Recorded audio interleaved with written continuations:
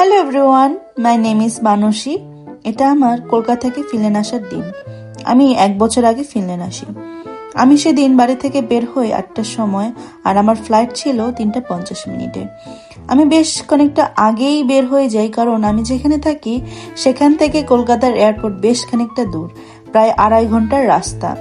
আমার ফ্লাইট ছিল কাতার এয়ারওয়েজে, Kolkata to Doha, Doha to Helsinki. দোহাতে আমার 1 ঘন্টার ট্রানজিট ছিল। এই ট্রানজিট নিয়ে আমি বেশ চিন্তিত ছিলাম, কারণ এই প্রথমবার আমার বাবা মাকে ছেড়ে আমি একা ফিনল্যান্ড যাচ্ছি, আবার 1 ঘন্টার ট্রানজিট। এটা ভেবেই আমার একটু ভয় লাগছিল, কিন্তু এরকম কিছুই হয়নি।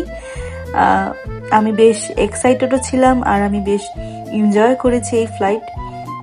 আমরা অনেকটা আগেই এয়ারপোর্টে পৌঁছে যাই, কারণ আমার ফ্লাইট ছিল 3:50 আর আমি পৌঁছে যাই 11টা বা 12টার মধ্যে, আমার ঠিক মনে পড়ছে না।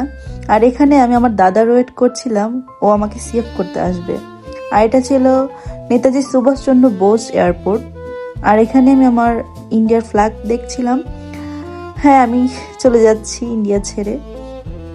আমার এই ভিডিও ক্লিপগুলো এয়ারপোর্টের ভেতরে নেওয়া। তখন আমার সব কিছুই কমপ্লিট। আমি আমার ইমিগ্রেশন কমপ্লিট করে ফেলেছিলাম, আমার লাগেজ দেওয়া কমপ্লিট। আমি শুধু ওয়েট করছিলাম আমার ফ্লাইট কখন আসবে। আর যখন আমি এয়ারপোর্টের ভিতর ঢুকছি, তখন সবাই অনেক বেশি ইমোশনাল হয়ে পড়েছিলাম।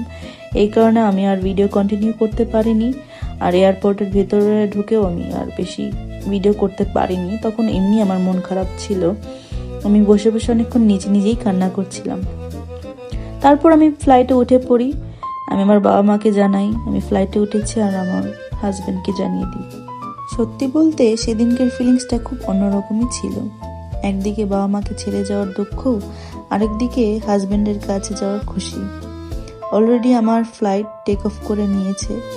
যতটা না সুন্দর কলকাতা শহর উপর থেকে লাগছিল, ততটা না আমার মনের মধ্যে খুব কষ্ট হচ্ছিল যে হ্যাঁ, আমি আমার শহর, আমি আমার দেশকে ছেড়ে এতটা দূরে চলে যাচ্ছি। আমি আমার বাবা মাকে, আমার ফ্যামিলিকে ছেড়ে অনেকটা পথ চলে যাচ্ছি। ভোর হয়ে গেছে। আমি সারা রাত কি করেছিলাম আমার ঠিক মনে নাই, 1 বছর আগের বলে কথা। কিন্তু বাইরের দৃশ্যটা বেশ সুন্দর, আকাশে একটা তারাও দেখা যাচ্ছে। কিন্তু আমি তখনও বোধহয় ভাবছিলাম যে 1 ঘন্টার মধ্যে আমি সবকিছু কমপ্লিট করতে পারবো কিনা, কারণ এই জিনিসগুলো আমার কাছে নতুন।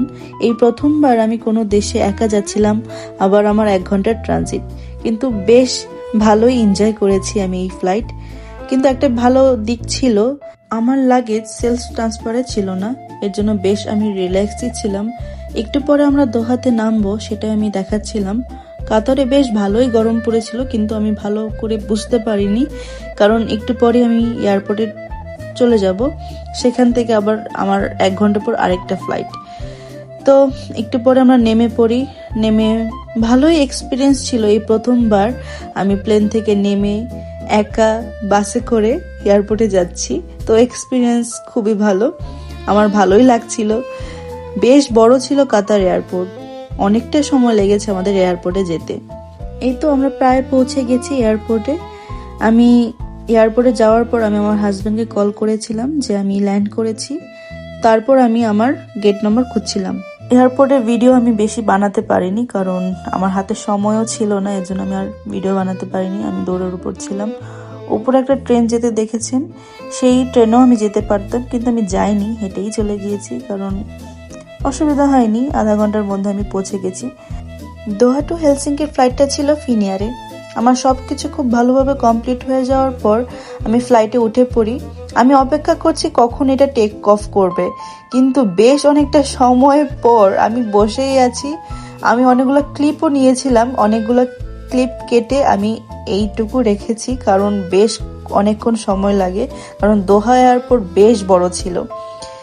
এইটা আমার সিট ছিল না, আমি উইন্ডো সিট পাইনি, কিন্তু আমার সাথে একজন এক্সচেঞ্জ করেছে, কারণ ওনার বেবি পিছনে বসেছিল, এজন্য উনি চেয়েছে আমার সাথে এক্সচেঞ্জ করতে। তো উনি আমাকে অনেকবার সরিও বলেছে।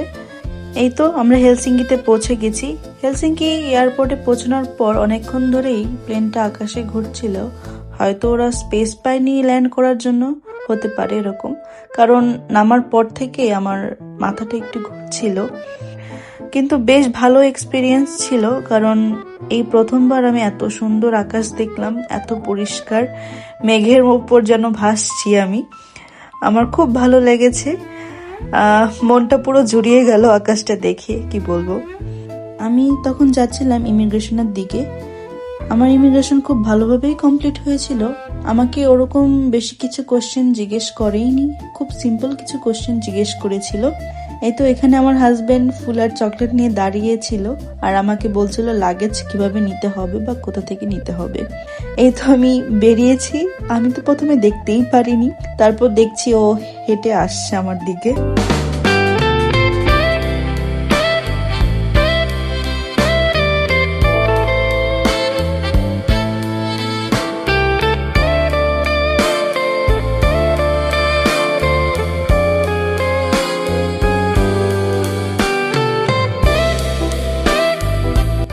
আজকের জন্য এতটুকুই। Thanks for watching. দেখা হবে পরের ভিডিওতে। বাই।